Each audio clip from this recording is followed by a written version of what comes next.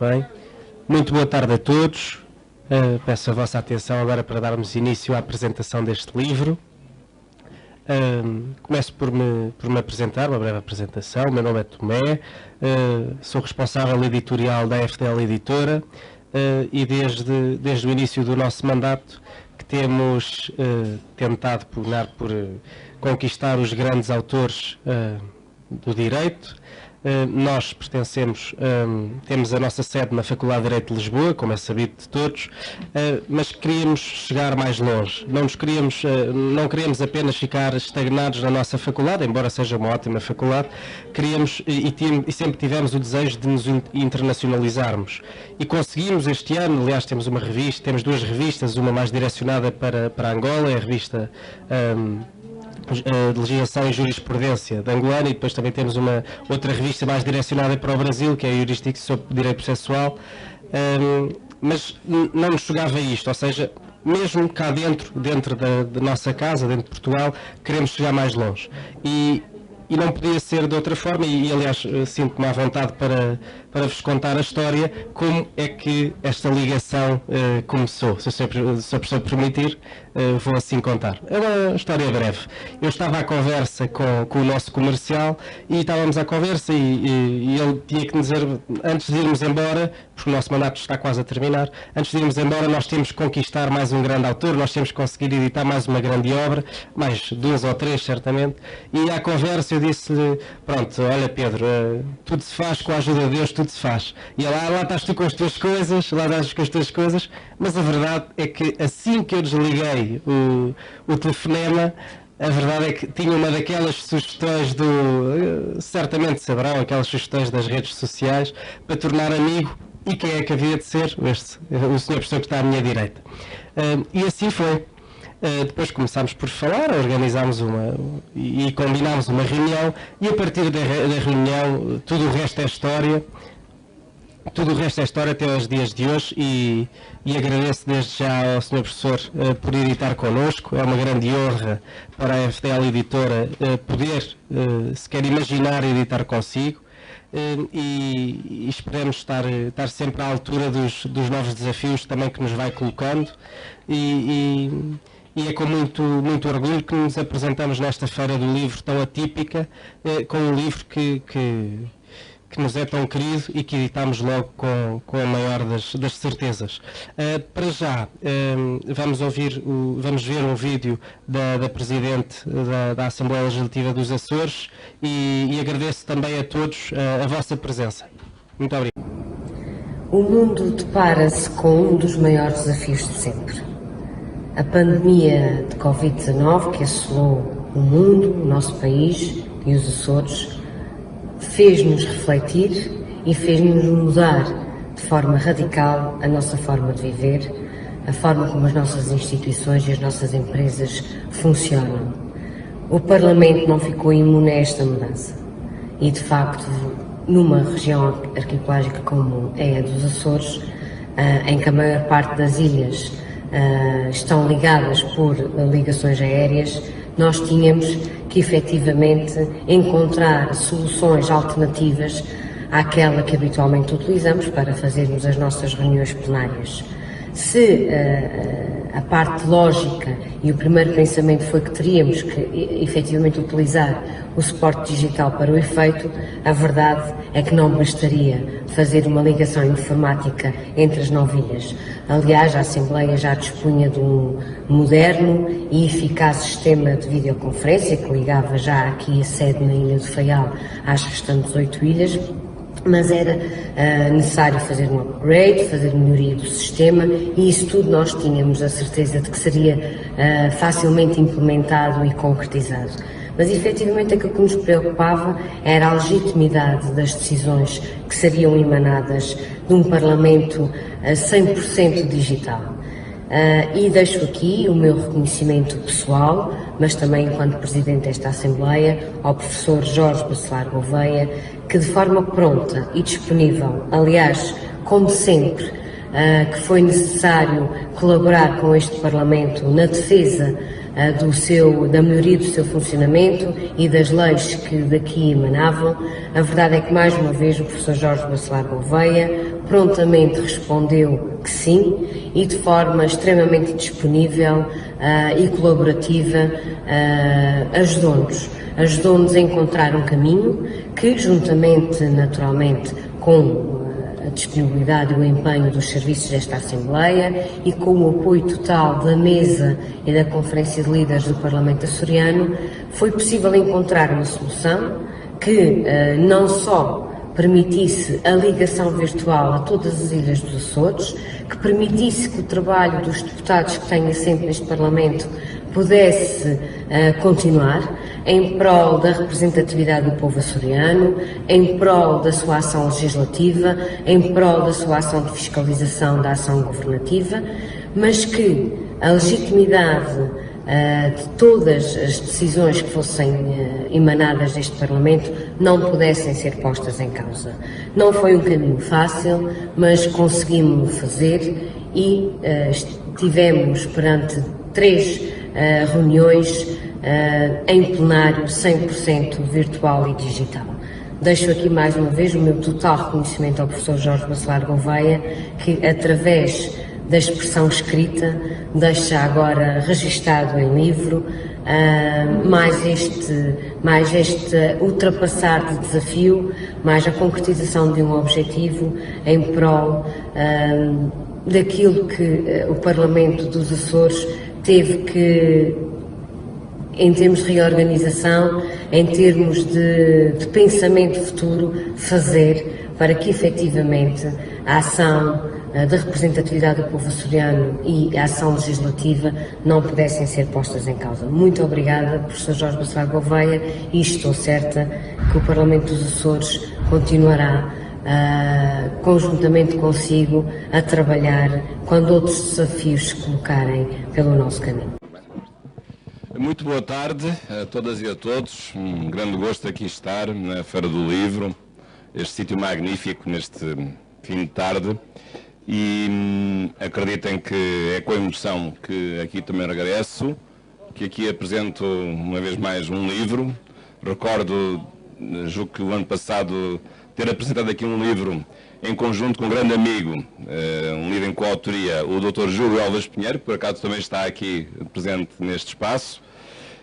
Mas cumprimento todos, cumprimento também aqueles que nos acompanham pela Justiça TV, a quem agradeço a gentileza desta transmissão, até porque tem uma utilidade especial para os Açores, que estão a 2.000 km de distância do lugar onde nós estamos a falar, e visto que este trabalho foi feito também em prol da região autónoma dos Açores e do funcionamento do seu Parlamento Regional. Portanto, agradeço a vossa presença amiga neste belo fim de tarde e, portanto, também agradeço a oportunidade de aqui estar, à Feira do Livro, e também à editora da Associação Académica da Faculdade de Direito de Lisboa esta oportunidade.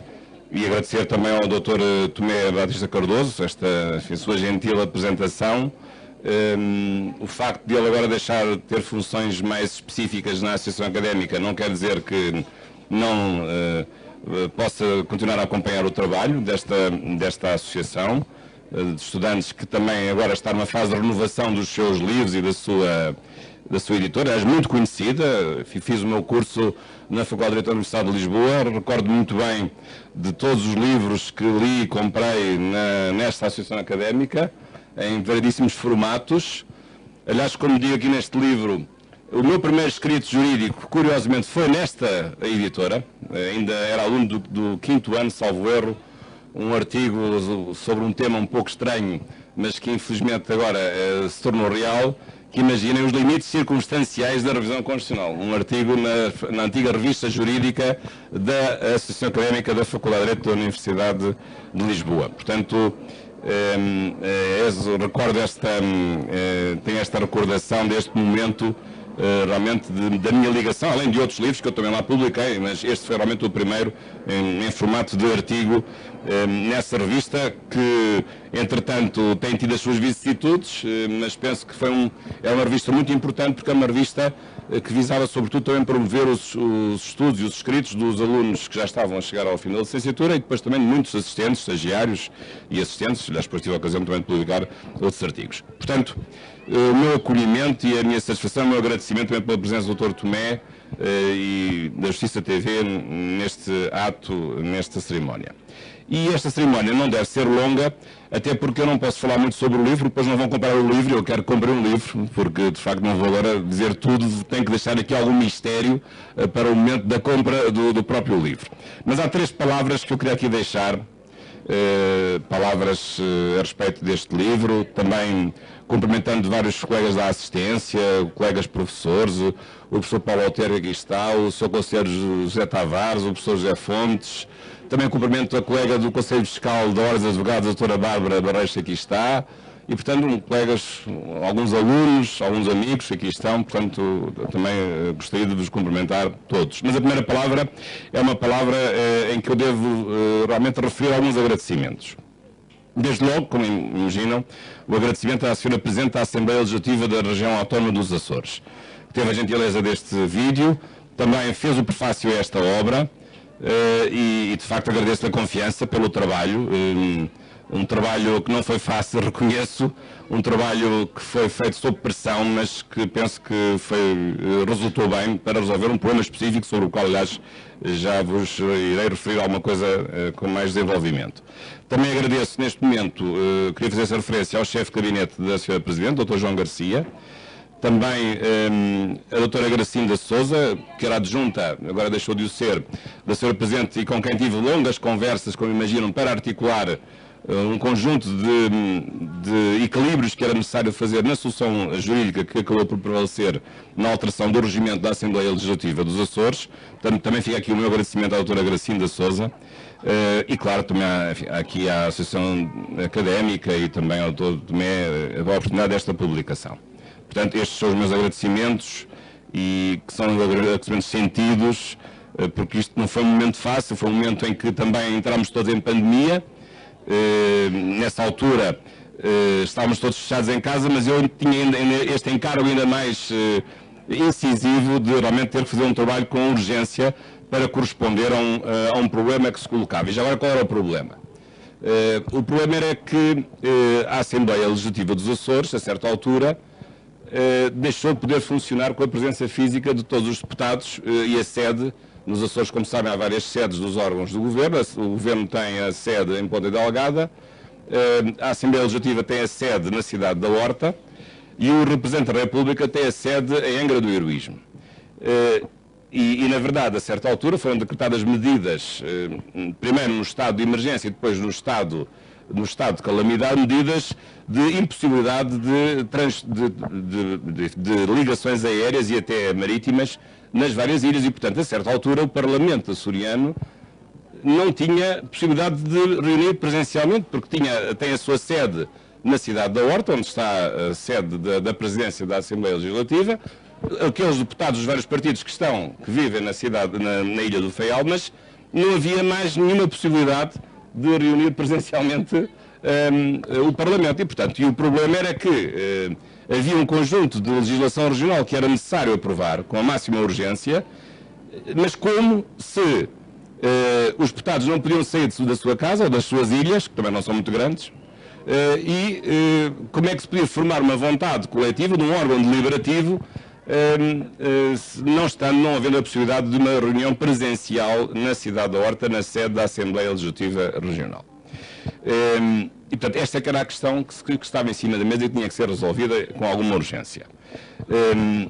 Claro que numa primeira fase se podia pensar que o assunto era fácil, porque havia vários caminhos que nós em direito gostamos muito disso, que podiam teoricamente ser percorridos, mas eles na verdade não se afeiçoavam à situação que nós estávamos a viver. O primeiro deles era invocar o próprio estado de emergência, mas não podia ser, porque o estado de emergência em Portugal não permite a mudança no funcionamento e nas competências dos órgãos constitucionais. E, portanto, qualquer alteração que pudesse haver, no sentido, por exemplo, de sintetizar a vontade coletiva de um órgão colegial apenas exprimindo, por exemplo, pelo seu líder parlamentar, isso nunca poderia ser, seria uma subversão das competências dos próprios órgãos, neste caso um órgão eletivo. Portanto, o estado de emergência não seria útil, até porque a certa altura o estado de emergência terminou e, portanto, entramos num estado de calamidade. E, portanto, aí deixámos de ter uma cobertura de uma hipotética alteração do tipo de funcionamento presencial, que é, aliás, um funcionamento previsto na própria Constituição, que é a regra geral de funcionamento dos órgãos colegiais, é a regra do funcionamento presencial. E, portanto, esse Instituto não poderia resolver, embora fosse, à partida, o mais potente de todos, porque é aquele que mais modifica as normas da Constituição, e suspende uma parte delas e modifica outra parte dessas normas constitucionais. Portanto, essa resposta não podia ser dada. A outra possibilidade que também aventou foi invocar um estado de necessidade administrativa. Mas isso não resolveu o problema, porque nós não estávamos no âmbito da função administrativa, estávamos no âmbito da função legislativa e da função política, embora o Parlamento também possa aprovar atos de natureza administrativa. Mas, portanto, isso também não resolveu o problema. Depois, outro caminho possível seria invocar a possibilidade de um processo legislativo especial de urgência legislativa que está previsto, mas não contempla a situação de não haver reunião presencial de deputados. É apenas uma simplificação de fases, mas não dispensa a presença física dos deputados. E depois, finalmente, na altura, foi feita uma lei muito importante, acho que está em vigor ainda, e que foi uma grande inovação, que é a Lei 1A/2020. Qual é a inovação? No artigo 5º, que diz que os órgãos podem funcionar através de meios telemáticos, órgãos públicos e privados. E, portanto, à primeira vista, aí estaria uma solução simples para possibilitar o funcionamento da Assembleia Legislativa através de uma reunião telemática em que todos os deputados participassem a partir de suas casas, através de um suporte, aliás, informático, que existe, que já funcionava antes. Mas isso também não funcionava, porque essa lei, no fim, exclui a aplicação da possibilidade das reuniões serem feitas telematicamente, que é o que nós agora estamos a fazer todos nos órgãos administrativos, até em júris académicos e provas académicas, mas essa lei exclui a aplicação dessa possibilidade aos órgãos eletivos. Ora, a Assembleia Legislativa Regional era um órgão eletivo, além de ser uma lei nacional que não podia interferir no âmbito da autonomia legislativa e, neste caso, a autonomia regimental da Assembleia Legislativa Regional. Portanto, como veem, nenhuma das figuras abstratamente possíveis que estavam em cima da mesa resolviam este problema. Isso é a primeira parte do trabalho. Portanto, houve necessidade de fazer uma segunda parte, que foi inventar, precisamente, a palavra é essa, inventar um regime alternativo para resolver o problema. Só que as invenções, como sabem, são sempre perigosas. E esta invenção, além do mais, tinha um risco muito grande, porque era um regime alternativo que tinha a sua delicadeza, desde logo política, porque é um órgão deliberativo pluripartidário, e portanto era necessário acautelar um conjunto de características do funcionamento parlamentar, desde logo as características do caráter fidedigno dessa participação, garantir os tempos de cada um dos grupos parlamentares, a autenticidade dessa participação, garantir a fidelidade desse voto, a liberdade, não restringir a liberdade de participação mínima de cada um dos grupos parlamentares, portanto um conjunto de características que era necessário garantir, sendo certo que a Assembleia Legislativa Regional já tinha já há uns tempos esta parte, tem um bom sistema, digamos assim, um site onde se pode assistir às sessões através de um parlamento virtual, e isso acabou por ser aproveitado para que este assunto funcionasse. Só que não havia, no plano do regimento da Assembleia Legislativa dos Açores, não havia qualquer norma que permitisse emitir uma vontade através de um método telemático, porque a vontade prevista era apenas a vontade presencial. Ora, qual era a solução? A solução era, de facto, reconhecer que há uma lacuna, isto é, perante uma impossibilidade de funcionamento presencial e perante um princípio muito importante do Estado de Direito, que é o princípio da continuidade das instituições públicas, e neste caso, o princípio da continuidade da função parlamentar regional, era sempre necessário, e o princípio da necessidade, de um modo geral, era imperioso garantir, de qualquer maneira, de uma maneira legítima, evidentemente, manter de pé a função parlamentar e que ela se pudesse exprimir. E, portanto, a primeira conclusão foi chegar à solução de não está nada previsto e, portanto, é preciso ter um regime alternativo que permita funcionar do modo telemático. Mas depois isso levantava outro problema. Mas como é que isso é possível se o regimento não prevê essa possibilidade e se os próprios deputados não podem reunir presencialmente para permitir essa possibilidade? A sorte é que no regimento da Assembleia Legislativa dos Açores há uma norma que prevê que as lacunas são integradas não pelo plenário, mas pela mesa da Assembleia Legislativa. E isso, por acaso, ainda levantou outro problema, porque nem todos os membros da mesa da Assembleia Legislativa estavam na horta, porque, como sabem, a mesa é um órgão pluripartidário e havia alguns, julgo que 2 dos 5, não estavam a viver na horta e, portanto, nem sequer se podiam deslocar à própria cidade da horta para tomar uma deliberação presencial, para preencher uma lacuna, para poder funcionar de uma forma telemática. Mas, portanto, acabou por ser essa a solução de se preencher uma lacuna através de uma deliberação tomada pela mesa e, como disse a senhora Presidente aqui no vídeo, evidentemente que os partidos estavam de acordo em que isso fosse possível. Porque também, se não estivesse de acordo, isso seria, do ponto de vista político, uma solução enfim, pouco consentânea com aquilo que era necessário.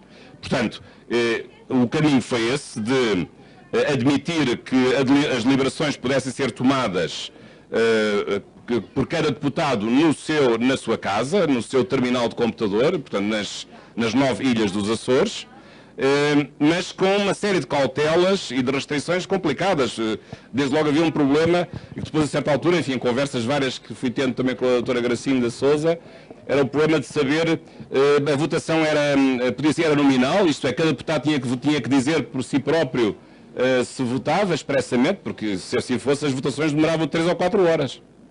Depois chegámos à conclusão de que podia haver uma votação tácita e só haveria uma votação expressa em caso de o membro do grupo parlamentar discordar da proposta de votação dada pelo líder parlamentar.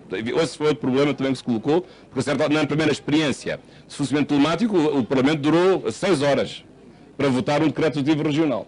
Portanto, havia uma série de questões que depois foram sendo suscitadas e de facto chegámos a uma solução que me pareceu uma solução razoável e que foi aceita também pela mesa da Assembleia Legislativa e que, entretanto, agora o Parlamento já estava funcionando de uma forma presencial, depois foi vertida para o próprio regimento da Assembleia Legislativa. Portanto, isto foi um percurso difícil, foi um percurso também que apelou à nossa criatividade, mas foi um exercício para mim mais novo, que, enfim, puxou pelo meu esforço, mas que fiz com muito gosto e também contribuindo para, enfim, num contexto de crise que nós conhecemos e com todos os danos que isso nos causou, mas penso que estava do lado certo de arranjar uma solução que era uma solução justa para manter o funcionamento das instituições democráticas, neste caso do Parlamento açoriano. E já agora também gostaria de deixar aqui uma palavra, porque isso também foi importante,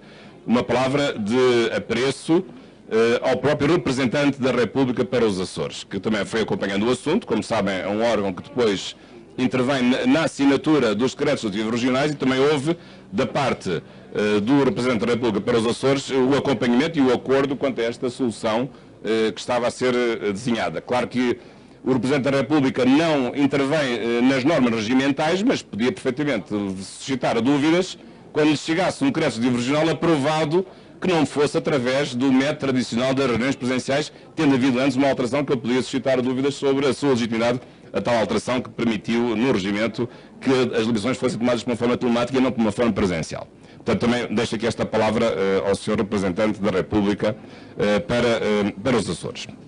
E para não me alongar, como veem isto, houve aqui um esforço grande de equacionar vários institutos. Eu queria agora terminar deixando aqui apenas 2 ou 3 notas para o futuro. Bem, para mim isto foi uma grande lição como professor de Direito Constitucional e, sobretudo, permitiu concluir que o direito tem sempre respostas quando elas são necessárias.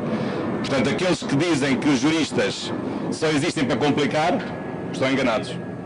Neste caso aqui o jurista não complicou, o jurista arranjou a solução. A verdade é essa. Portanto, fico-me feliz, sendo jurista, tendo alma de jurista, ter contribuído para resolver esta situação. Esta é a primeira nota que... E claro que isto só foi possível também com o acordo político, porque a dimensão política também tem que estar presente, é possível num Parlamento que é, como sabem, pluripartidário, e ainda bem. Esse é um primeiro aspecto. Depois, há um outro aspecto que me parece também muito importante, é o pioneirismo dos Açores nesta matéria. Porque, reparem, é a primeira experiência, aliás, o título é um pouco atrevido, sabem que até nem me fica mal ser atrevido, às vezes, ou costumo ser, mas realmente é a primeira experiência de um Parlamento digital. Isso foi uma lição, quem sabe para o futuro, para outras experiências parlamentares, porque houve outras experiências parlamentares que não fizeram isso. E, a meu ver, mal. Qual é o termo de comparação? É a experiência parlamentar madeirense e a experiência parlamentar da República, da Assembleia da República. Sucederam duas coisas diferentes, não a solução açoriana. A solução madeirense é mais criticável, é mais controversa. Qual foi? A meu ver, inconstitucional. Foi a de, digamos, acumular a vontade de cada um dos deputados no líder parlamentar e só ele é que está presente na votação. Portanto, o líder parlamentar de cada grupo parlamentar no Parlamento madeirense nestes tempos de crise apropriou-se da vontade de todos os deputados e só ele é que estava presente e votava por todos. A meu ver, esta solução nunca seria aceitável. Mas foi essa solução que foi vertida numa alteração do regimento da Assembleia Legislativa da Madeira. Acho que esta solução é muito melhor do que essa.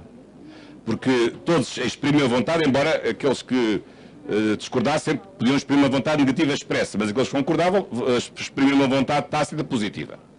Mas no caso da Madeira não há vontade nenhuma, porque é uma única pessoa que vota por 30 deputados, ou por 20, ou por 10. Isso não me parece ser tão democrático quanto a solução açoriana. No caso da República, Assembleia da República, qual foi a solução? Foi uma solução também possível, foi a solução de reduzir o número dos deputados ao mínimo do quórum, 116, e, portanto, ver a proporção de cada um dos partidos e só colocar lá, na proporção, isto é, passando 230 para 116 e depois fazer as contas para a proporção de cada um dos partidos. Claro que foi uma solução que resolvia, porque o Parlamento, como sabe, a sala do hemiciclo até é bastante ampla, mas isso mostra outra coisa que, na altura também tive a ocasião, aliás, de dizer isso publicamente, que há aqui uma falha que tem que ser corrigida, é que o que devia funcionar no tempo que nós vivemos de crise não era um Parlamento no mínimo do quórum, era a Comissão Permanente da Assembleia da República. Mas e porquê é que não funcionou? Porque a Comissão Permanente não tem poderes legislativos. E, portanto, mas devia ter poderes legislativos de urgência e de necessidade, não para fazer lembrar os tempos de outra senhora, porque, como sabem, esse conceito ficou, enfim, amaldiçoado pela Constituição 33, porque precisamente Salazar socorreu-se dessa cláusula que havia na Constituição 33, dizendo que o Governo podia legislar através de decretos-leis em caso de urgência e necessidade quando o Parlamento não estivesse a funcionar, quando o Parlamento só funcionava para desejar as boas festas do Natal e as boas Páscoas na Páscoa, portanto era o Governo que legislava. E porquê? Porque havia uma habilitação constitucional que dava ao Governo, embora fosse interpretada abusivamente, para legislar em casos de necessidade pública. Claro que se nós formos ver a história da Constituição de 33, a necessidade pública eram as circunstâncias ordinárias da vida política. E, portanto, foi por isso também que o legislador de 76 não quis atribuir à Comissão Permanente poderes legislativos, com esse receio, com esse medo.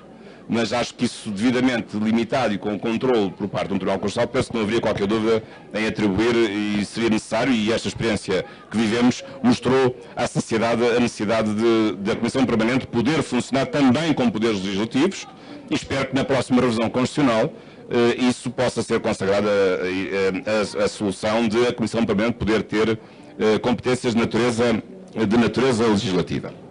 Mas, portanto, acho que estes dois aspectos são muito importantes. Por um lado, o direito resolve problemas, neste caso o direito constitucional, o direito político na sua máxima delicadeza, e por outro lado a solução açoriana foi a melhor solução das três soluções que foram adotadas em Portugal, a meu ver, e num certo sentido ficará para a história, porque não é só a impossibilidade de funcionar presencialmente, não é só perante uma situação de estado de emergência ou de calamidade por pandemia. Os Açores, como sabem, é uma região vulnerável do ponto de vista de outras catástrofes que podem acontecer, vamos esperar que não aconteça, mas, portanto, fica uma solução para o futuro que pode enfrentar qualquer outro tipo de vulnerabilidades e penso que sinto também muito satisfeito como jurista e como professor ter contribuído para essa solução. E agradeço, portanto, também à Associação de Estudantes, à Associação Académica da Faculdade de Direito de Lisboa, à sua editora, a oportunidade também de divulgar este trabalho. Agradeço a autorização da Sra. Presidente também para divulgar este trabalho em livro e assim se vai construindo com criatividade um direito constitucional parlamentar, neste caso um direito constitucional parlamentar regional mesmo contra aqueles que têm sempre os receios de que os Açores se vão tornar independentes ou que há um perigo latente na insularidade, não me parece. Acho que aqui os Açores deram uma lição de criatividade constitucional e criatividade parlamentar e, portanto, estão de parabéns e agradeço uma vez mais também esta oportunidade. É a vossa presença. Agora ficarei aqui uns minutos e muito obrigado.